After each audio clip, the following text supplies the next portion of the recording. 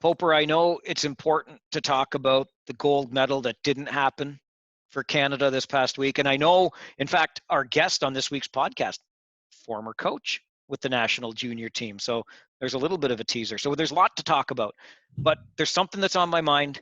I need to get it off my mind, off my chest. And I know that you're just the guy to bounce this off of, okay? That is so unlike you, Mike. I know. It's rare that I carry something with me that I need to vent about. I never would have thought that from Mike Farwell, to have something on his mind. For those of our listeners who aren't aware, when Mike and I are on the road, Mike from time to time will say to me, Poper, I've been thinking. And at that point, I know it's time for me to close my book or stop the podcast, because we're about to go on some tangent that has been festering in the mind of Farwell, and it's not going to be pretty. So what do you got for me today, buddy? I have for you, here's what I've been thinking, Poper. Former Sault Ste. Marie Greyhound Joe Thornton. Probably the nicest guy I've never met. I have heard nothing but good things about him. In fact, it just occurs to me that our guest on this week's podcast may have a thing or two to say about Jumbo Joe. Joe Thornton, and this, I'll remind you, this is coming from a Leafs fan. It needs to stop, and it needs to stop right now. You know how when you're really excited at Christmas time and you get a new toy and you open that present, you're like so excited, oh my God, I love this toy. And you play with that toy so much, you break it on the first day. The Toronto media needs to let go of their new toy, Joe Thornton. It doesn't matter how he answers every question. It doesn't matter how he ties his skates or what he ate for lunch. It's already too much. I'm seeing too much. Training camps just started. Let Joe play where Joe is put by the coaching staff and stop it. He just got here. Don't break him. That's all. Why don't you like things that are fun? I think Joe is great. Again, probably the nicest guy I've never met. But you're right. Who doesn't like the way he approaches the game? Everything that you've read and heard about him. I just think that there are a bunch of other stories and a bunch of other players on the team that the media could focus on. It's too much. It's too much Joe. But see, you used to work in Toronto media. Yes. You used to be on the morning show at The Fan. This is so true. You understand that there is never too much of anything around the Toronto Maple Leafs. You need to know everything about every player, and every shift matters. And after every shift, there's a whole dive in as to whether that line should be together and how did this person play this shift, and what about the second period from this guy? Well, this guy changed up his tape job, so he must be struggling mentally. There's so many things that dive into the Leafs. There's always criticism and always debate about this team, and that is just the Toronto media. That is why people have not went to Toronto in years past.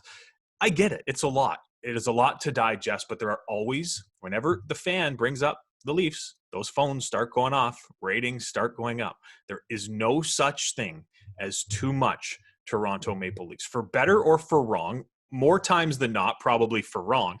I don't mind it with Jumbo, because Jumbo's been out in San Jose for the last decade or so. I don't know how long, but I'm guessing a decade at least, where there isn't a lot of media attention. There's not a lot known about Joe Thornton besides what other players talk about. So now that the Toronto fans are starting to get a local kid back home who's coming to Toronto, even if he is, sorry, Joe, but a fraction of what he was at 25, he is still Joe Thornton, and he is still wearing a Toronto Maple Leafs. And at the start of the signing, would you ever expect him to be on the top line? No, and that's why it's a story, I think. And that part of it, that's fine. But the one that put me off, and I forget who tweeted it, and I wouldn't throw them under the bus anyway, but it was the response Joe gave to the question, were you surprised that you were put on the top line in practice? Nope. I don't care that's what he's like. How is that newsworthy? How? He's like, I'm a first ballot Hall of Famer. I'm not surprised by anything. My favorite line so far is when he said, I really have no stress, man. None. And I saw Ryan Whitney quote tweeted it and said, over 1,000 games played, over 1,000 points, gold medal at the Olympics. This man, or MVP, I think he won one year or something. He listed off a bunch of accolades and then wrote, "Oh, really, Jumbo?" And then showed the salary cap page of where his career earnings are over 100 million. Like, yeah, you don't have any stress. Weird. 100 sheets in the bank. I wonder why. Make no mistake, I'm not worried for Joe at all, but just even as a Leafs fan, outside looking in right now, it's too much. It's I know. too much. I get And it. But the season's about to start next week. Everybody's excited, and I can't wait for Jumbo to have his first off game, and everybody just tears them to shreds. yeah, see, maybe it's just the Leafs fan and me coming out, and I recognize that this is just going to be hopes built up only to be dashed again in a few months, right? Because we've seen this story so many times. I still can't get out of my mind the image of Doug Gilmour crawling off the ice when his career ended with that injury. I'm pretty sure it was versus New Jersey, but Doug Gilmour's back with the Leafs, and it's, anyway, second period, gets run into, crawls off the ice, never to be seen again. This was supposed to be a great thing with Gilmour and all that magic coming back to Toronto to close out his career, and look how that ended. No, I would never wish that on Joe, by the way. Hey, as a unabashed Red Wings supporter, I love what the Leafs media and fans did to Larry Murphy, because then he got sent to Detroit and he won a cup. So, it's been happening forever. I'm on this Leafs note. I know we tend to concentrate on the Ontario Hockey League, but I really want to know what Jumbo does to that locker room, because there are a lot of young guys and a lot of young guys that are making a lot of money. And I throw Tavares in there because he's younger than Joe Thornton, who is literally a graybeard. So is Moses, I think, Yeah, just for the record.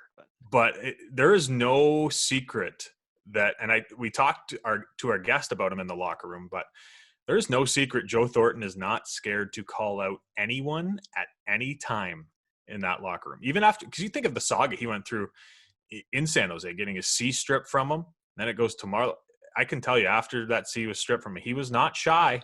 He didn't care if it was Marlowe, if it was Pavelski, if it was Burns. He was calling you out, and it did not matter whether it was a bad period, whether it was late to practice. He was letting you know that this is his team, whether the media knows it or anyone outside this dressing room. If you are not doing what is expected, he is going to call you out face to face in front of everyone. And quite frankly, I love that. Yeah, so do I. And that's probably what gives me the most optimism, again, as the Leafs fan, after what happened with this team last year and how it didn't go the way it should have. Maybe this is just the kind of influence that the team needs, but I don't need to read tweets about Joe Thornton quotes. I'm sorry. It's not that interesting when he says no I get or it. nope. I'm with you. Yeah. First overall selection and a former member of Team Canada at the World Juniors. There you go. And there are parallels, not just that, but to the media attention that the Leafs get and the Leafs media gives to players and the team, to the attention that the juniors get over the Christmas break. And sometimes it's been talked about many times by you and I in the past as well. Is it fair? Are we being a little bit too hard, putting too much pressure on these kids, et cetera, et cetera? I don't think that storyline appeared at all this year. And I thought what we ended up seeing with Canada losing that gold medal game is Canada seeing its first real test of the tournament at the wrong time, which was the gold medal game. Team USA was just better, but it was a great game in my opinion. I thought it was a fantastic hockey game. I was watching it with my girlfriend, and she said, "How are you not nervous?" I'm like, "I'm enjoying the hockey game. I don't really, like, at this point, I don't really care. Like, I'd obviously want Canada to win, but this is just a fantastic hockey game and something I haven't seen in a long time, because you don't, I'll say it once, I'll say it a million times.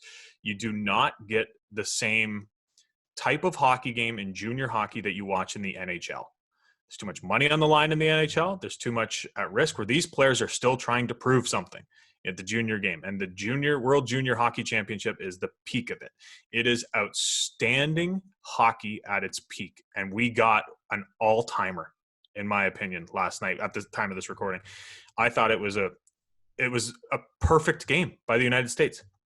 Canada dominated everyone they saw the entire tournament. They were too fast. It was the typical Andre Tourigny team. Come out of the gates, guns a-blazing, and end the game by the midway of the second period. Because the other team was like, we're going to have to put up with this for 60 minutes. Are you kidding me? They were all over everyone. Physical, pucks in deep, cliche, yes, but that's what they did. They put pressure on the defensemen. They were too fast. They knew where everyone was. They were structured. Back-checking was great. And in that gold medal game, Canada looked slow. They looked frustrated, and they looked tired. And it was the first time we'd seen them like that. And whether Zegras had that bulletin board material, if you will, before the game, and whether that's true or not, that was the first test they faced. I just think the States wanted it more. It's such a cliche to say, but somebody put it online, and I never thought of it that way. But you think of what these United States players have went through coming up to Canada, enemy territory, yes, majorly. The expectations that United States hockey program has put on the junior level in the past handful of years. That's their fourth gold now in the last 10 years, I believe. And they're in a Canadian market where every media outlet, TSN, Sportsnet, the Star, the Edmonton Journal, the sports station in Edmonton radio, everybody is talking about the buzzsaw that Team Canada is, and nobody's going to stop them. And if the States upset them in the gold medal, it's going to be a huge upset. You talk about bulletin board material.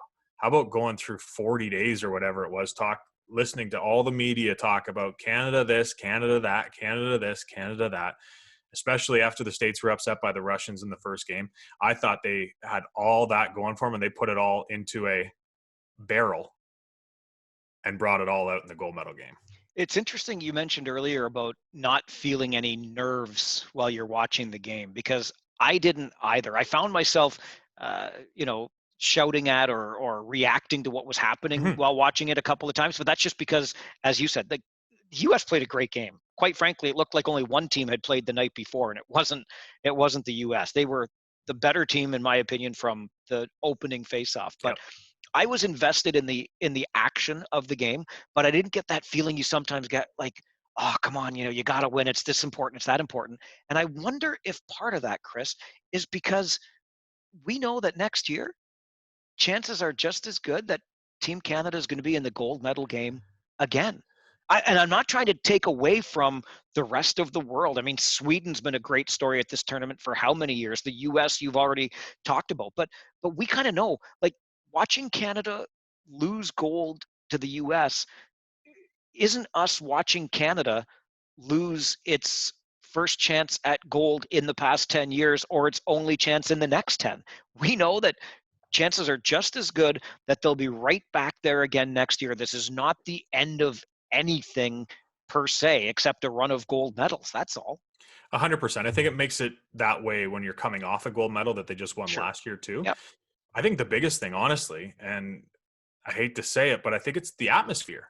You're watching a game without any fan atmosphere. It's hard to get into it when other people aren't into it as well. It's a lot easier when you see that team coming out of the tunnel and 20,000. I have no idea how much that arena holds, but thousands of people going absolutely banana lands. Like, they would have 15 million in the 50-50 jackpot and nobody's in the building. Like, I think it would have been a lot easier to, if you will, to get up for that game as fans, as watching on your couch. If that rink and that atmosphere is going crazy and you feel a part of it, it's tough to watch and get into a game for me when it's something like that. It's a hockey game with no fans in the building you're watching, and I was just enjoying the product. But I think a lot of it has to do with that atmosphere. I think next year, knock on wood, where fans are allowed inside the building, it'll be completely different from fans at home. I want to know, is it time for our annual talk of, hey, everyone that turned into this tournament and talked about how Quentin Byfield normally plays on a day-to-day basis, and Dylan Cousins' second cousin, that maybe you should support your local junior team and go and watch this product day in and day out, because it is a superior product and it is something that more eyes need to be on a day-to-day basis, not from December 25th to January 9th. I don't think that talk ever gets old. It always bears repeating. Obviously, we are biased, but what we saw, again, just going back to the quality of that game that we saw, gold medal between Team Canada and Team USA, yeah, you're absolutely right. Take your pick of Ontario, where we're based, hockey league clubs, and you're going to see players just like that. Some of those very players, Connor McMichael, Cole Perfetti, Quentin Byfield, you already mentioned, etc. Jamie Drysdale, honest to goodness gracious, like, can that guy play every minute of every game he's ever in? Because he's just such a treat to watch play the game of hockey. He's incredible. I'll be honest, in the semifinal game, I texted Aaron Cooney, the broadcaster for the Erie Otters. And I said, this is just your annual reminder of how jealous I am that you get to watch Jamie Drysdale 68 games a year. I think I must have told 6 people during the tournament that he's my favorite player to watch in the Ontario Hockey League. And you watch any game. Like, I actually said out loud, I'm like, am I watching a Jamie Drysdale bad game at the start of the gold medal game? I didn't think he was playing that well. I thought he looked slow. He was losing puck battles that he normally wins. And then all of a sudden he plays, 30 of the last 40 minutes, it seemed, him and Bowen Byram. And he just turned it on. Every time he has the puck, he's so electric. I love the piece they did on his defensive game, working with Paul Ranger, concentrating on that defensive game and using your defensive abilities as a defenseman to make the forward do what you want to do. It's not just reacting to the forward, it's making them do what you want.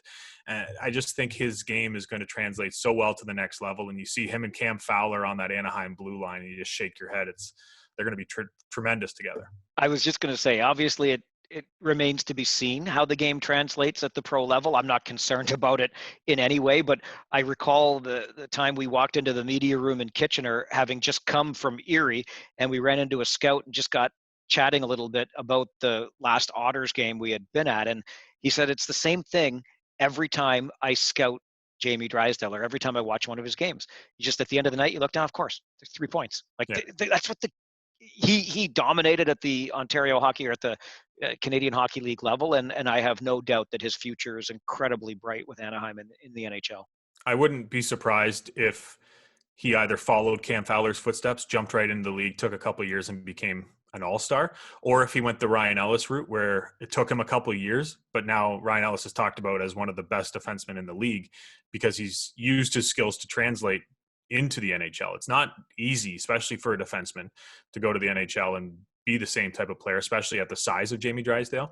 But his skating and the way he thinks the game gives him all the tools in the toolbox to translate that game into the next level. I thought he was great. I mean, it's the same thing every year. I had a text from a buddy who I'd say follows junior hockey loosely. Definitely not like a huge fan of the league or anything, but looks at the standings from time to time. And he's like, I'm not so sure about that Quinton Byfield pick. I'm like, how many times have you seen him play outside of wearing a Team Canada jersey? He was the youngest player on the team last year in his draft year, didn't get a shift in the gold medal game, and then the youngest player still on the team this year. Like, take your time, relax. You can't – we talked to someone this week on a later edition of the podcast who talked about that this tournament isn't a make or break for a lot of players because they've already seen them.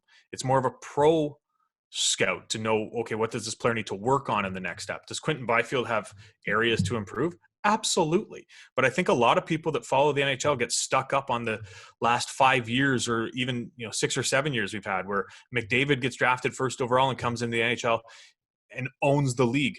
Austin Matthews comes in, 4 goals his first game. Patrick Laine comes in, rips the league up. There's all these players that come in and dominate right away. Look at a guy like Victor Hedman. Do you know how many years it took him to become a Norris Trophy winner? He was a 2nd overall pick. There's already talk, like, you look at the Hughes kid and they're like, oh, how come he didn't put up 100 points or 80 points? Not every player is number 97. It takes an elite talent to do what Connor and Austin have done in the National Hockey League. Some of these players, top picks, yes, they'll be in the NHL next year, but it's going to take them time to be a superstar or even a star at that next level. It's not easy. And I think you look at this tournament, and you talked about the attention that these players have at this tournament, and it wasn't bad this year, I didn't think, compared to other years. But go on your Twitter today and search Quinton Byfield mentions. Like, if I'm a player in that tournament, I'm never looking at Twitter ever again. It's embarrassing for what some of these players have to go through. We saw it just a few years ago. I can't remember the captain, and I'm sorry. The captain who missed on the penalty shot and was just berated by all these people that watch the tournament and expect these players to, lift heaven. It's like, they're 18, 19-year-old kids. Relax. Give them time to develop. Quite frankly, I would even extend that. The point is very well taken at this level, but I'd extend that to the pros as well. How many times lately have we seen wives or girlfriends or other family members getting involved to say, just press pause here for a minute. And social media has absolutely fueled that. The cesspool that is social media just makes it so easy for every armchair wannabe to throw out whatever they want for the internet to absorb. And it's really it's the worst part of us, quite frankly. I think the internet and social media had the opportunity to be something great for this world, and it's went the complete opposite way. Yeah, it's a great debate, and we might have to get somebody on the podcast just to talk about that sometime. On a much lighter note, I'm wearing a suit jacket today. What do you think? I noticed that you are really dressed up. I know. We're doing this, what we call a top and tail today for our interview, and I realized in the interview, you're wearing a suit jacket. The interview we did this week, you were wearing a suit jacket, and our guest was wearing a collar. And I'm like, I'm wearing a hoodie because I'm sitting at home in quarantine. I'm like, I got to spruce it up a little, you know? I want to match Farzy. I want to look as close to him as I can. We both got the bald head and glasses. I got to put on a suit jacket. I even went blue because I imagine you'd be wearing blue today. So suit jackets for you, Farzy. Every time I reach into my closet, I'm like, which blue suit am I going to put on today? I need to mix it up a little bit. I favor color for some reason. I thought you were going to say you had to put on some pounds. Got the quarantine. I don't know how many. It's way beyond 15 though, pal. Yeah, I'm right with you there. It hasn't been pretty for the old waistline. You're putting on. I don't like. I'm hoping the OHL pushes it back to at least March so I can have some time to lose some weight because I won't be wearing a suit to the game. No, this jacket, a t-shirt, and the black shorts I'm wearing. We're not going to fit on our bus seats together when it comes to that if we don't fix this in a hurry. It is not pretty. You mentioned the name Ryan Ellis a little bit ago. He and Taylor Hall, key parts of an OHL team that factor into a story with our guest upcoming. One more little nugget there for you. Quickly before we go, I just want to touch on one more thing, and then we'll get to our guest because I know people are excited to hear from him. But can we just talk briefly from the semifinal game versus Russia and the offside? I'm going to blame social media for this as well. Why is everybody so bent out of shape about the offside challenge? Look, I don't like challenges in the first place, but stop with the fact that the challenge shouldn't have happened or been allowed or you'd be embarrassed to do it. No, and forget it. Like, I don't care if there was 40 seconds of zone time after the offside was missed. The zone time doesn't happen if the offside is called. So perfectly legitimate, perfectly within the rules. If you don't like the rule, change it. But stop all this bitching and moaning and whining and belly aching about Andre Tourigny using the rule at his disposal. Great call on his part. This may seem odd to our regular listeners, but I agree with you. Oh my gosh, what? I wholeheartedly, 100% agree. Is the rule terrible? Sure. I get it. But like you said, that zone time doesn't happen. Did that zone entry have anything to do with the goal? No, other than it allowed them to gain the offensive zone.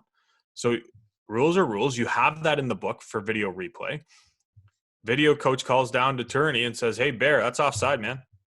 So he challenges. No goal. It's part of the rules.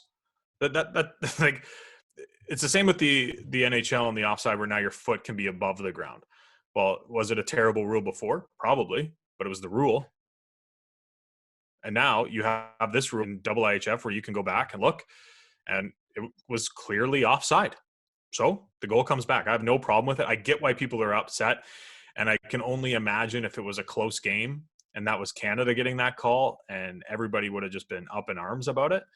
But I think that game's conclusion was already done, and most people probably just felt bad for Russia, to be honest, because I know I started to even, and that says a lot when I'm feeling sad for the Russians. But yeah, it's a rule, so you got to abide by it.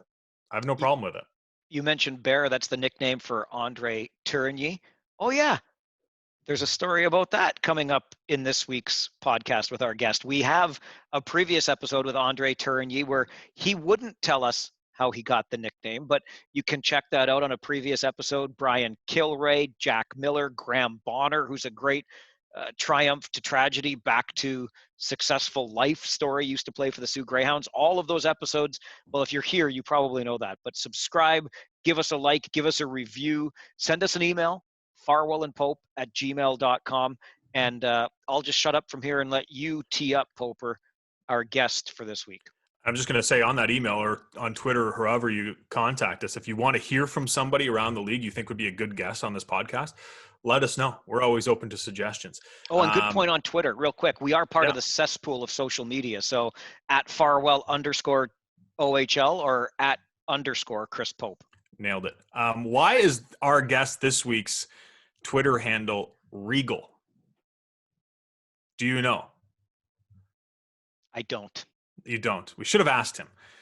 Anyway, most Kitchener Rangers. I've actually always wondered. We should have asked him that. Should have asked him. Yeah. Most Kitchener Ranger fans know who I'm talking about right now. Former assistant coach for the Plymouth Whalers, former assistant coach, head coach, and general manager for the Kitchener Rangers, a Memorial Cup winner, head coach in the American Hockey League, an assistant coach with the Leafs, an assistant coach with the San Jose Sharks, and now an assistant coach with the Stanley Cup contender Vegas Golden Knights. He is Pete DeBoer's right-hand man and has been for quite a while. Ladies and gentlemen, Steve Spott. Steve Spott, every time I get a chance to talk to you about hockey, I think back to one of our conversations we had when you were the head coach and GM in Kitchener. You could have been a teacher. You could have stuck with that. It would have been a lot more job security. Do you ever wonder what brought you on this path?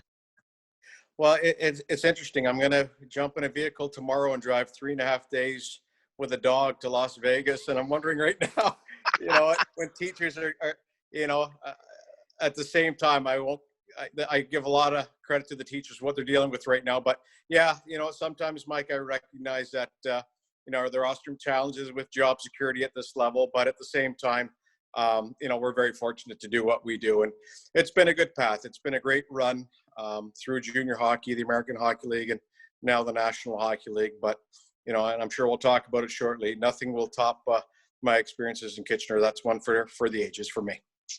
I'm sure we will get to that, your time in Kitchener. But for the listeners that aren't sure, what has changed in your life, like right now? Like, what's going on as a coach in the National Hockey League? Yeah, no different than junior hockey fans. I think we're all waiting for a firm date to hopefully get some light on training camp. The date they've given us right now is be prepared for January 3rd and hopefully start mid-January. But again, Chris, we don't know until this happens. We can only be ready as a coaching staff. Our players in Vegas are working hard every day on and off the ice to prepare. So, we'll be good to go. I think the bubble experience will serve us well. We didn't get to where we wanted to get with the Stanley Cup, but I do believe our preparation going into start this shortened season should be good because we just did it a couple of months ago.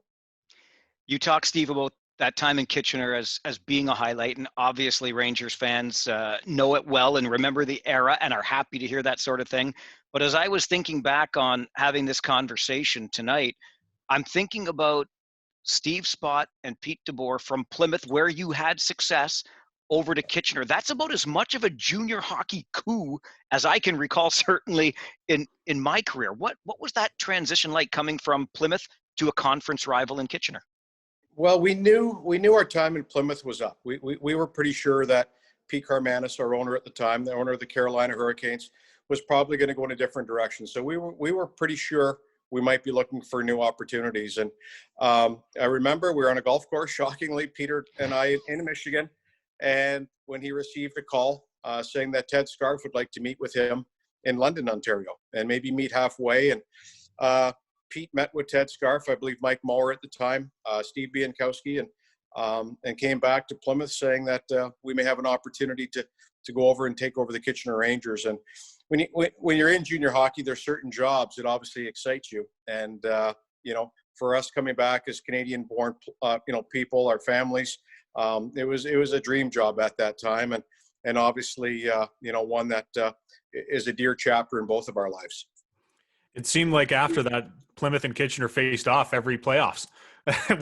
Did those matchups mean a little more to you, given what you just said?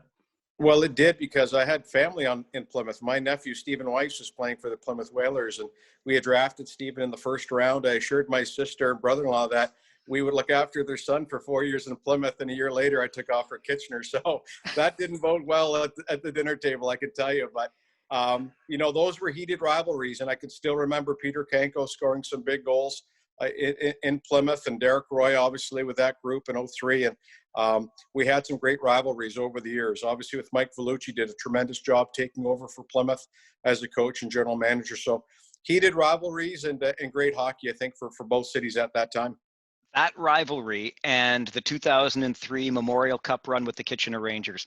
Western Conference Finals, Steve.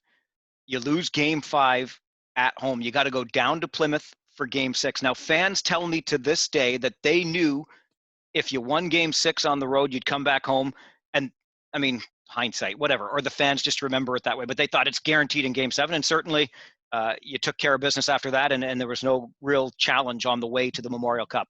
What was your mindset, though, as a coaching staff, going back to Plymouth knowing that your season's on the line? Well, again, I recall the pregame speech, and if you go back to Derek Roy, if you talk to Derek Roy, we had commented to the team before that game. We believed, as a coaching staff, that if we won that game, Game 6, that we could win the Memorial Cup. That's how important that one game was. And, you know, the rest is history. We went on to be successful, but we knew that Game 6 was going to determine our opportunity to win the Memorial Cup. Not just to win the series. We thought we could then have a chance to win a Memorial Cup. That's how special both those teams were, Mike. Not just Kitchener, but Plymouth too. Both great teams, and we knew whoever came out of that series probably had a really good chance to win a Memorial Cup. What was that trip home like? Well, it was good. Obviously, we took a sigh of relief, but we knew Game 7. When you get into the playoffs, and you guys have been through enough Game 7s too, broadcasting, there's no guarantees in any Game 7. Buildings don't matter. But we were very, very fortunate to wrap that one up at home and then move on to the finals. But it was a sigh of relief, gave us a nice shot of confidence, and we just knew we had to finish off a very good Plymouth team. I remember another Game 7, not to jump too far into the timeline, but I can't help but think of it, and it just so happened to be against the Plymouth Whalers again. Tyler Randall had been suspended in the first round versus Owen Sound. He's got to sit for 10 games. The only way he comes back is if you get to Game 7 in round 2 against Plymouth. He's back for that Game 7, and he scores 4 for you, and you win on the road. It's funny because Pete Krupski and I still talk. Pete now does the U.S. National Development Team program games. And to this day, I assure you both, that game still bothers him. That Tyler Randall, and I'm not kidding you, Mike, that bothers him to this day that Ty Randall scored 4 goals that night. So it's, again, I had an opportunity to work with Tyler a little bit after that. And you know what, he's an amazing young man. He's a power forward, but he was also a scorer back in minor midget when he was in Brampton. So it was nice to see his gloves were used not just for physicality, but for scoring that night, and obviously got us through that difficult moment. You mentioned as a coaching staff that you guys felt if you won that Game 6, you could win the Memorial Cup. On that run, was there ever a doubt? Because that was a stacked team. Yeah. No, Chris, that was a real good team. And to this day, the communication between Gregory Campbell, Steve Eminger, Derek Roy, Scott Dickey, those lines of communication, when you win a championship like that, those are friendships that you create for a lifetime. And we have created that. And I do hope, and I will put the challenge out now to Steve Biankowski, that at some point that we can have and Joe Birch, of course, that we can have a reunion with that team. I would love to get back with that group of guys and see them now with their families and allow them now to get mad at Pete and I as adults and not as young men anymore, and air some of the challenges that we put them through back in the day. But it's great. And it was a very, very good team. But I do remember that Memorial Cup vividly in Quebec, the difficulties obviously with Kelowna and how good a team they were. But at the end of the day, as you said, we had a very good team and a real good belief system and great depth. You talk about Paul McFarland. I talked to Paul recently, who's now the coach and GM with the Kingston Frontenacs. Just guys like that in the depth of your lineup, just good character people that allowed us to be successful. Are you suggesting that along the way, Spotter, there might have been some tough love from the coaching staff? Yeah, with that group there was, and when you think back, Mike, we sent Derek Roy home for an off-ice issue. And you know what? Those are the things that you talk about. Pete DeBoer, the player's biggest fan, do anything for any of his players. But at the same time, we knew we were in Kitchener and Waterloo, and we had a bigger obligation to those young men on and off the ice. And so, yeah, some tough love back in those days, but at the same time, those players were able to handle it and really thrive on it. So it was a magical run. In my trophy case here at the cottage, I still have, my ring, and I stare at it and look at it. Those are memories for a lifetime, and I'm very proud to be a part of it. Certain people in the media around Kitchener say it was the only time they saw Pete DeBoer smile. Yeah. True or false? Yeah. And I've seen that a lot, and he's, but back in the day, you talk to the referees now, we laugh. That's the great thing. When you talk about the referees and guys that we used to cross back in the day, or opposing coaches, obviously the Hunters, and it's great that we can all go back in time and discuss how those rivalries were so real back then. Going up to Sault Ste. Marie and having to win a tough game in Sault Ste. Marie, Mike Duco having a great game up in Sault Ste. Marie in the playoffs. Like, so many great memories that we can all think about. But at the same time, players have evolved, coaches have evolved, and I think that's the great thing about our game. We're never stopping with regards to learning and evolving. And I think both Pete and I have evolved over the years. So speaking of that relationship, Steve, obviously you and Pete and your relationship continues to evolve, but you have been synonymous with one another in coaching. Can you take us back to the beginning when you and Pete first got behind a bench together and this journey for the both of you began? You know what? It goes back to our teenage years when a great New York Ranger, Edmonton Oiler, and Detroit Red Wing by the name of Adam Graves connected Peter and I. Adam and I were best man at each other's weddings and best friends growing up in the Toronto area. And he went on to play for the Windsor Spitfires, the CompuWare Spitfires, where he met a young player by the name of Peter DeBoer as a teammate. And over the years, Pete and I got to know each other through Adam. I was teaching in the Toronto area at the time and coaching Tier 2 Junior A hockey in Markham when Pete called and asked if I'd do some scouting for him just at the Tier 2 Junior A level. So I did, and that evolved into a meeting with my mom and dad where they asked, what did you want to do long term? And I told them I wanted to join Pete on his staff with Plymouth in the OHL. And I'll never forget to this day when my dad said, is Peter going to, and he knew Peter, he said, are they going to pay you full time for this? And I said, yeah. I said, Pete's going to give me $15,000 to do this for the year. And you know what? My dad, to his credit, he looked at me, he said, you got to do that. And we laugh about that right now, but it's the best chance I ever took. And obviously I owe my career to Pete and his leadership over the years. What is it about that relationship that seems to work so well? We're Felix and Oscar really in a lot of different ways. I think we know each other so well.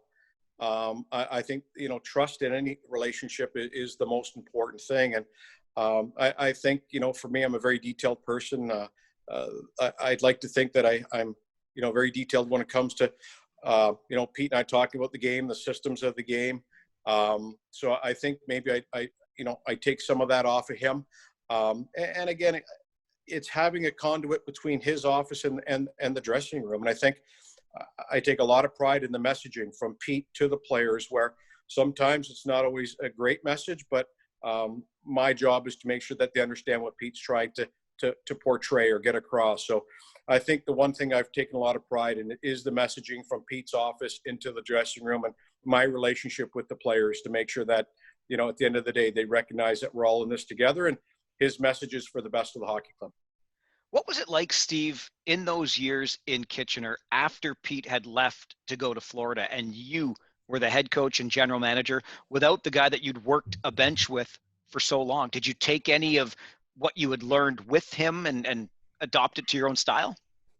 Yeah, it's a great question, Mike. I think yes and no. I think when it came to the systems, Pete's tactical knowledge of the game is unparalleled, how smart he is when it comes to the game. But he has a coaching style that not all of us can replicate. And I had to be, and this is Pete's words, you got to do it your way. You have to be your own man and your own coach. My communication style might be a little bit different. And so yes and no. Tough shoes to fill. I think about that to this day. To take over for a Pete DeBoer in Kitchener, is not the easiest job in the world. But at the same time, I felt I was ready at that time to take on that challenge. He was more than ready to coach in the National Hockey League. And we had talked about maybe reconnecting one day down the road. And obviously we have, but tremendous big shoes to fill. But I had to do it my way and make sure that my communication style was best for me and what I thought was best for the players. A lot of the times an assistant coach can kind of be the nice guy as opposed to the head coach being the pardon my language, but hard ass. How difficult was it for you to go from that assistant for certain players to then being the head coach the next year? Yeah, it's hard. You know, I think the big thing on that, Chris, is having individual meetings with your leadership group, that you pull in the Dan Kellys, the Jeff Skinners, the guys that you're going to lean on to make sure they recognize that you can't just be the guy that they call at 11 o'clock at night and lean on. That there's going to be a little bit of more of a distant relationship now. And that's where the Paul Fixters, the Troy Smiths, those guys now had to carry those shoes. So I think for me, it was just leaning on the older guys. We were very, very fortunate to have a great leadership group when I was there, and and they did a good job of respecting my position, knowing that, yes, there was big shoes to fill, but at the same time, they were respectful of how things were going to be done. And they were very respectful of my situation. So I appreciated that. We're coming back to that Troy Smith name in a second. I promise you that. But you mentioned a couple of those players, Steve, and a player that always stands out to me that I know you recruited and wanted from the first time you saw him, and that was Gabriel Landeskog. Yeah. Tell us about the first time you saw Landeskog play. The first time I was in Fargo, North Dakota with Team Canada. Mike Johnson and I were coaching our under-18 team, and we were playing against a very talented Swedish national team. And there was a player playing for Sweden that had a full mask on because he was an underage player and had to wear a full mask in the IIHF events. And it was Gabe. Unbeknownst to me, it was Gabriel. And he had scored a big goal and came by our bench and gave us a look. And, how dare he do that? And all I remember is saying to myself, I better find out who that kid is. And it was Gabe. We went on to recruit him. Unfortunately, a lot of people don't remember, we didn't get him in that import draft. Mike Felucci took him from Plymouth, and we took Thomas Tatar, and ended up trading Thomas for Gabriel and getting him eventually to Kitchener. And again, there's certain players as a coach that you kind of think about, boy, that was a special one. And to this day, when I go to Colorado or when I see Gabe, whether in San Jose or now in Vegas, I saw him in the bubble. We were in the same hotel with Nazem Kadri. It was really, really neat to see him and spend some time. He has a home just outside Toronto now. So those are relationships that will go on for a lifetime. And as you said, Mike, one of those special Kitchener Ranger players that I'm very proud to have been a small part of. I'm sure it didn't take long for you to know that he'd be a good player, but did you ever picture how good of a person he would be? He speaks English better than most of us. So that was one of the things that I really took out of it. When he came over on his recruiting trip with his father, I just was amazed at how well he spoke our language. And so the transition for him to come into North America was seamless. But no, just a tremendous ambassador. Again, to make him the first European captain in Kitchener, the way he became part of that community, his maturity at 17 and 18 was unparalleled. So, the youngest captain in Colorado Avalanche history. No, he's sometimes you get lucky in the draft, and we got lucky on that one. He just a real special young man, and obviously a world-class player. You mentioned Troy Smith's name a moment ago. I promised we'd come back to it. Here's another connection, Steve, to the Plymouth Whalers. But yeah. Troy, who eventually became head coach of the Kitchener Rangers for a couple of seasons, always struck me as that guy who just kind of showed up one day to help out at practice with a hell of a work ethic, and he never left. What was that relationship like between you and Pete and this Troy Smith kid? Again, it's relationships between players, and Troy was always that player that was first on the ice. He was last off. Was a great depth defenseman for us in Plymouth, and just a real good character guy. Did everything for the team. He would sacrifice personal achievements for team success, and just became one of those players that we always admired. And eventually, in his overage year, became a real good player for us. Attended Colorado's NHL camp, went on to get his degree at St. FX University, and just one of those guys to this day that I consider a best friend. And he's changed careers. He's doing very, very well now in the car industry. And you know what? I couldn't be more proud of him. He's a guy that I talk to weekly, and will always be a part of my life. And he's a great hockey man. And I do believe he'll get back in at some point, maybe in a different position, whether it be scouting or development. But at the same time, couldn't be more happy to have him as what I consider a best friend. You mentioned another name, and Mike always talks about his playoff performance in his final season for the Rangers, and Jeff Skinner. When he got drafted, did you think he was coming back?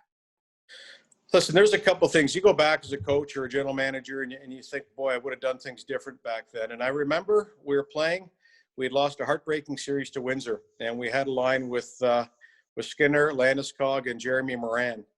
And we did not load up at the deadline because I knew I was going to have all those guys back the following year. Well, we didn't. Jeremy fell into one of those loopholes where being drafted out of the U.S. development program made him eligible for the American Hockey League. So he was gone to Rockford, Chicago's farm club, and obviously we never saw Jeff again. So that's the one that to this day, and Bob Boughner and I have become very close friends, who's now the head coach in San Jose. We worked together in San Jose. And, that's the one that really got away from me. If I had known then what I know now, I definitely would have loaded up at the deadline. Okay, but since you bring that up, and we won't go into all the details, but you're right. Heartbreaking, we'll just leave it at that. That series versus Windsor, the West Final, when really nobody expected Kitchener to be there. That notwithstanding, Game 4, on home ice. Yeah, right? Yeah, that would have been in Kitchener, that's right.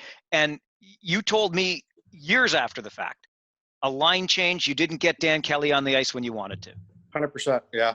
That's one of those ones, Mike, that we didn't get Dan on the ice. They had Taylor Hall on the ice. We turned over a puck right in front of Boogie's bench in Windsor, and I saw Taylor Hall streak down the ice and give them that shot of momentum that they needed. We had sunk a couple of 40-foot punts in that series. We scored, I believe, from center in Game 3. Gabe, I think, flipped one in that went in late from center. So we had sunk a few 40-foot putts, and that team was loaded in Windsor. We look at their lineup; they were loaded. But, yeah, that's one that got away because it would have been nice to get a crack at the Barrie Colts at that time. We had a young team, but an extremely talented team. But it would have been nice to get another crack at Barrie in the championship that year. You've talked about wearing both hats as a general manager in that series and wanting to load up, and then now as a head coach and not getting the line change you wanted. How tough is it wearing both hats? It's hard, and I don't know. I know Mike McKenzie's going to do it. I think it's getting harder and harder. It's become a global sport now that the recruiting, the scouting is so wide. It's so vast that you better have a good staff, and Mike does in Kitchener. He's got a tremendous scouting staff. He's got the support of Murray Hebert with him. But I think the game has grown now that I do believe junior hockey has really become a small version of these National Hockey League teams where you need to have a full management and full scouting staff because of the competitiveness of the industry and how detailed that the sport has become. So, you know what? Mike has shown he can do it. He has a lot of great support around him. He's got a lot of great support from previous people that have worked in Kitchener. I think about myself, Pete DeBoer, Mike Van Ryn, to name a few guys that will always be there to assist when we can. But Chris, I do believe now if I ever had to go back that you probably would look at maybe having two jobs fill those roles. But at the same time, Mike's proven us wrong. He's done a great job doing it. I want to touch on one more specific player because it got me thinking, Steve, when you were talking about maybe wishing you had loaded up. Skinner graduates as an 18-year-old. But before that, and it speaks to how difficult junior hockey can be. It would drive you mad sometimes. Mikhail Bodker, he went up before you expected him to, and all of a sudden you're coming back into the Ontario Hockey League with a team that has a major hole in it. Yeah, and I've talked to Don Maloney about that. We have, and I've talked to Don. I've run into him a number of times, and every time I see him, I bring up Mikhail. But you know what? Now that we're at pro hockey, you can understand their thought process. Let's get them up. Let's get them training with our training staff. Let's get them out with our power skating coach. Let's let him learn what it's like to be a pro. He's a top 10 NHL pick. What has he got left to do in junior hockey? I get their thought process now that I'm on the other side of it. But at that time, I do believe Mikhail could have used another year of junior. And I do believe that 20 years later that he could have used another year of junior hockey. Just to make sure he was prepared to make that jump. And what had ended up happening, as you well know, he went from the National Hockey League and then had to go back to the American Hockey League. And that's a tough pill to swallow for a player of that caliber. But, I've made sure Kitchener Ranger fans have to know that I went to bat for them with Don Maloney on that one. I normally don't like these questions because it's hard to pick teams from different eras. But if you could coach one team again, would it be the 03 or the 08? Oh boy, both special. You know what? I would take either one, Chris. Just really, really good teams with good people. So I think I would take either one of those groups. The 03 team, we probably have carved out some more friendships from that group off the ice. But again, when you're dealing with the type of players that we were dealing with in both of those years, I think any coach currently or in the past would say, yeah, that'd be a great 23 guys to work with. So either one, both very, very special. Which team wins, though, if they were to play? Oh, boy. You know what? I know there's going to be a bunch of players on both sides. I think that one might have gone to a 20-man shootout. I don't think that one would have been tough to figure out. We would have need maybe Dan Kelly to score one in a shootout for us to get a win in 08. Or, like I said, maybe TJ Easton in 03 would have got a big goal. So it would have been a depth guy getting it for either team. Okay, one more specific guy, Steve, but I think his reputation goes without saying, particularly in Kitchener, but in junior hockey generally. He would have been a pup, as Don Cameron called him in the 03 team, but he emerged into, well, in fact, was just voted as the best Ranger of all time, Mike Richards.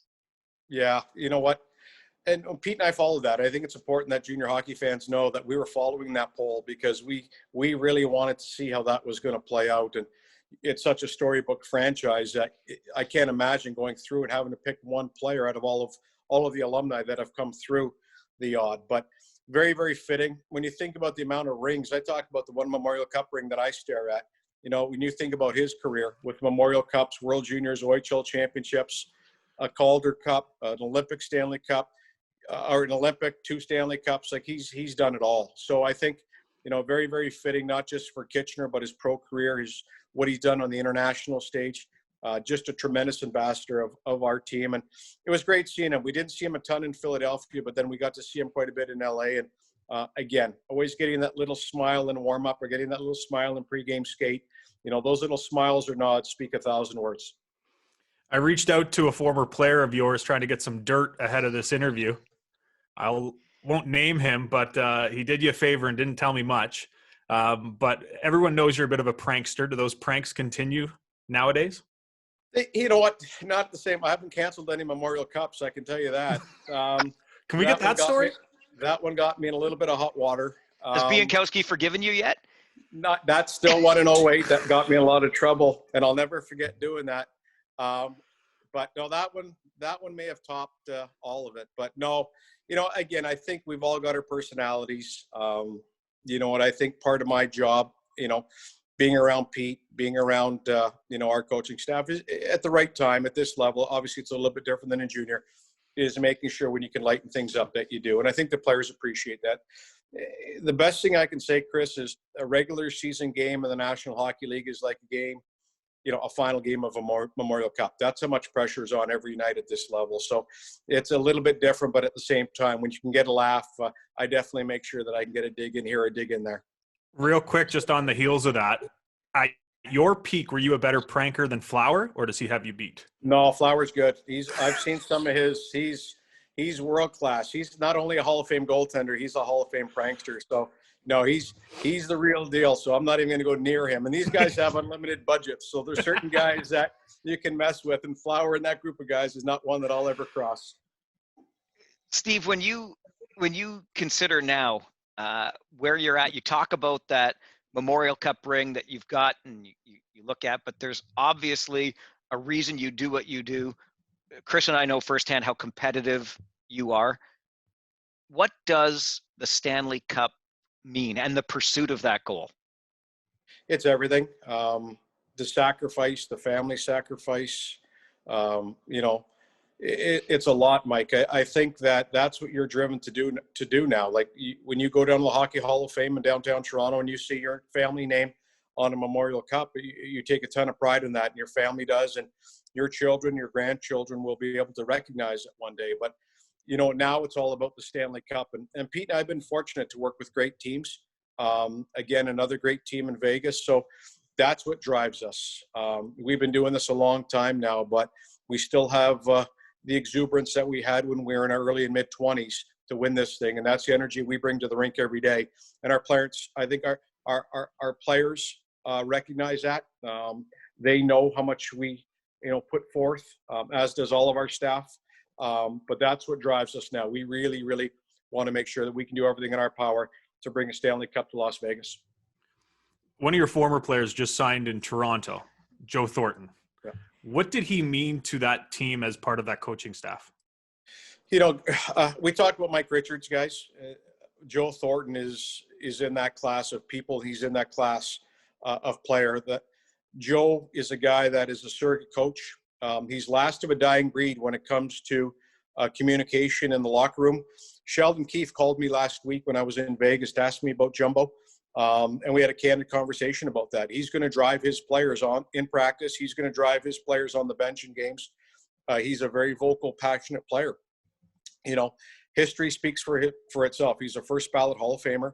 And, he's a player for me that exudes everything in a person. His preparation, his leadership, his commitment to his team. It's always team first. His game now is changing because he may not be the first line center on the Toronto Maple Leafs, but he's got the mentality of a first line center still in the National Hockey League. And he brings that passion to the rink every day. So I think for Leaf fans, he's going to be a tremendous, tremendous asset. You won't get to see what he does in the locker room or maybe in the practice rink, but I can assure Leaf fans that he's going to be a huge addition to that team. From the outside looking in, Steve, you think about Las Vegas as a site for a pro sports team and all the lights and the distractions. What's it like when you're actually there? Does it get old fast? No, you know what? Again, if you haven't seen a game in that building in T-Mobile Arena, it's second to none. It really is. San Jose was special. It was loud. It was. Fans are on top. But this is a whole different level of entertainment. They got the Blue Man Group going on between periods. They've got rock bands going on before the games. It's a full entertainment package when you come to one of the games there. So it was a very difficult building to come in as an opposition coach. Obviously, the rivalry between San Jose and Vegas is storied now. And to come in there now as the home team's coach is a heck of a lot easier because it's a tough building for the opposition to come into, how loud it is in there. How tough was the bubble? You know what, Chris, it wasn't that bad. People talk about that all the time. You're staying in a beautiful hotel, walkable to the rink. Yes, it has its challenges with regards to maybe not being able to get out and walk, through the city. And, there is fences around the hotel. And you're only allowed to go to a certain number of restaurants. But the National Hockey League did an incredible job making this as easy as they could for the players and the staffs that were involved. So, tough waking up in a hotel room for 51 nights, absolutely. But at the same time, I'd give my left arm to do that over again to have that experience because we were treated incredibly well by Edmonton. And everybody that was involved in the support staff on and off the rink did a tremendous job to make it as easy as they could for us. Hard leaving families behind, that goes without saying, but they knew what we were doing. There was a purpose. A lot of us have been involved with World Juniors or World Championships, so it was just an extended version of that. But I can tell you the National Hockey League with the testing, the protocols, it was second to none. It was a tremendous experience, really, in the end. When you mention rivalries, I want to jump back to the Ontario Hockey League if I can, because we talked a lot, obviously, about Kitchener-Plymouth, but Kitchener-London was there when you were there and remains there. Mike Richards and Corey Perry famously at center ice in the playoffs. Windsor, Belleville in that 08 run during the OHL final. I mean, lots. But what rivalries, do you remember best? You know what? London comes to the forefront. But again, I talked to my good friend Mike Fuda in Owen Sound, who was in Owen Sound at the time. Boy, we had some hard battles against Owen Sound. And then Dave Barr, who worked with us in San Jose for the last number of years, was in Guelph. So, you know what? Kitchener just seems to be that one team that's a magnet to a lot of other teams that they want to beat. And we tell the players that. We don't hide from that. And I'm sure Mike McKenzie doesn't hide from that. When players come into Kitchener from the opposition teams, that's like going into the Air Canada Centre or Maple Leaf Gardens. They know it's a special place to play. No different than when we go into Ottawa, Mike. You know what? There were certain buildings that you go into and players just feel, boy, this feels like the NHL. And that's the feeling that you get when you go into Kitchener as an opposition coach. And I really see a lot of the opposition's best games in Kitchener because those kids love playing in that building and coaches love coaching in that building because it really does give you an NHL atmosphere. As being somebody who recruited players like Gabriel to Kitchener and then gave those speeches that you just talked about to players, what were some of the things you would say trying to recruit a player to Kitchener? Well, again, I think, for us, it was kind of a three-headed approach. The hockey speaks for itself, Chris. You can look at in the banners, you can look at the success of the players that have come through there, but then you look at the educational opportunities that are in that area. When you think about the high schools that we're putting our players up in, when you think about Laurier, the University of Waterloo, Conestoga College, it offered everything for a player academically. And then our host family situation. We were blessed to have just tremendous families that would take our players in and house them for 8 or 9 or 10 months. So really, we had the triple crown in Kitchener when it came to the hockey, the success of the program on the ice, the academic opportunities, and then obviously the billets in the community. So it was a three-headed crown that we had, and that to me sold itself. So that's why we were able not only to get some of the great Canadian kids, but great American and European players as well. We talked to Andre Tourigny on this podcast last year, and he's got the nickname Bear, which, by the way, scared the bejeepers out of me. How am I going to talk to this guy? Anyway, he says you gave him the nickname, but he wouldn't tell us why. Yeah, that goes back to an under 18. Myself, Bill Peters, and Andre worked together at an Ivan Halinka event, and he got known as the Bear at that moment. A lot of it, the PG version is because he just liked to sleep a lot and nap a lot. So we'll leave it at that. But at the same time, he is a big cuddly bear. And we spoke actually quite a bit going into the event that's coming up next week, because he's in the same bubble that we had just finished. And again, a friendship that transcends coaching or hockey. We both know each other's families and the like. And, I think for him, he's the right man for the job this time of year. The details that are involved with what we're dealing with COVID in that type of situation. Hockey Canada picked a tremendous coach and leader to do that. But he will always be known as the Bear between coaches, and Bill Peters and I can always keep that one to ourselves. All right. And real quick, along those lines, though, because his name came up earlier, Bob Boughner. There's something, I don't think I have all the dots to connect here, but there's something about either a photocopier or a printer and Bob Boughner in Florida. What's the story? That one is true. So that helps Chris's question out a little bit. Bob had just finished with us in San Jose, and in our coach's office, we had literally an older photocopier and printer. One of those ones, Mike, that really was a big, heavy machine, like an old one, not one that's sitting on a desktop. This was a full on 4 big wheels. And Bob just got the head coaching job in Florida, and a moving company showed up at the rink with regards to moving his personal belongings to South Florida, believe it or not, from San Jose. That's a long drive. And then he would meet it in Florida with his wife. And I made sure that photocopier was bubble wrapped and taken to Florida. And to this day, he said when he had no idea when that pulled up to his house and that photocopier got rolled off that machine into his house, he was never so mad at me as he had ever been before. So he had to dispose of it too. And that thing weighed a ton. So to this day, we still laugh about that. That was a harmless one, but at the end of the day, a good story too. On the heels of that one, can we get the story of canceling the Memorial Cup? I'm not familiar. Yeah, that's true. I was doing a radio show every Friday back in the day in Cambridge, and we had April Fool's joke, and that's what it was. And the April Fool's joke was that a major sponsor had pulled out. We did not use MasterCard. I was not using MasterCard. And the story was that a major sponsor had pulled out. And we had some pre-audio taped interviews with TJ Easton, who was an overage at the time and was devastated that he wasn't going to get to play in the Memorial Cup. So what had happened is we announced this on the radio show, and then people started to show up at the auditorium to get their tickets refunded. And I remember the producer of the radio show coming in with these pink slips saying Steve Binkowski's on the line and he's telling you to end this now.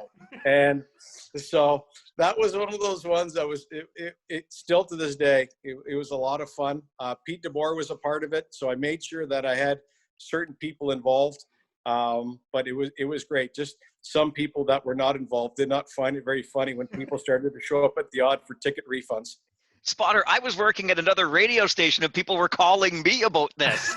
Yeah, that was a good one. And to this day, Steve and I laugh about that Binkowski because we tricked him pretty good on that April Fool's. It's so great. Go ahead, Poper.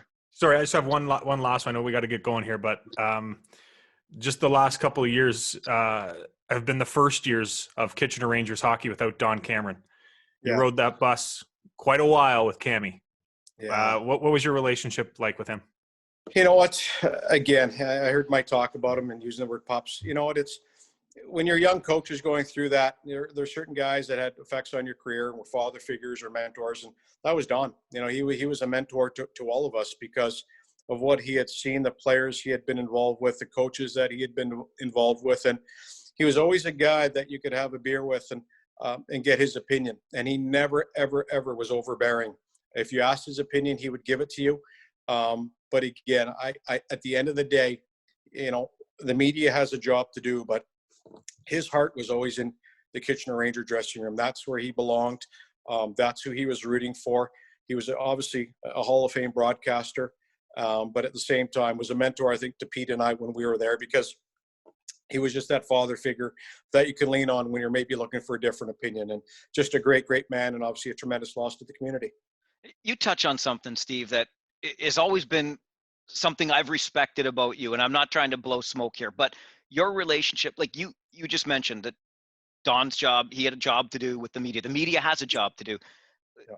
You and I were on buses after bad games, after good games, but you have always seemed to strike that balance of understanding that the role that the media has and the role that you have as a head coach and a general manager. How do you walk that line even to this day?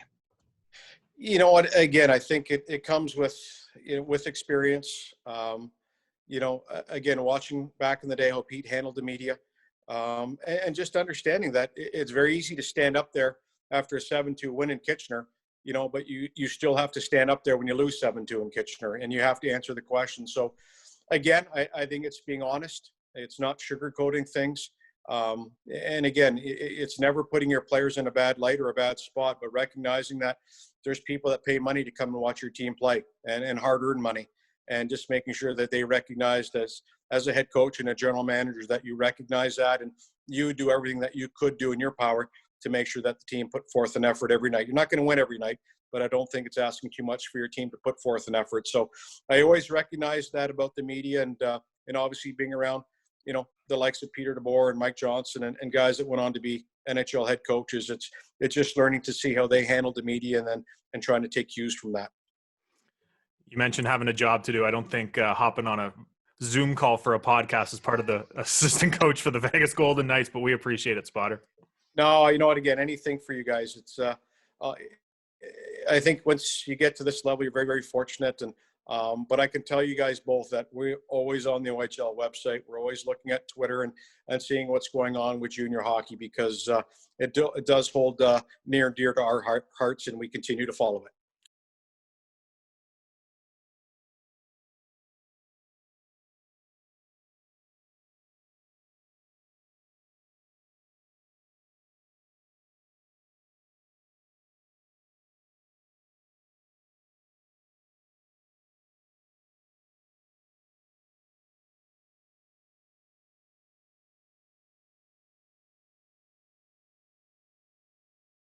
I'm sure there's still some fans that are expecting you to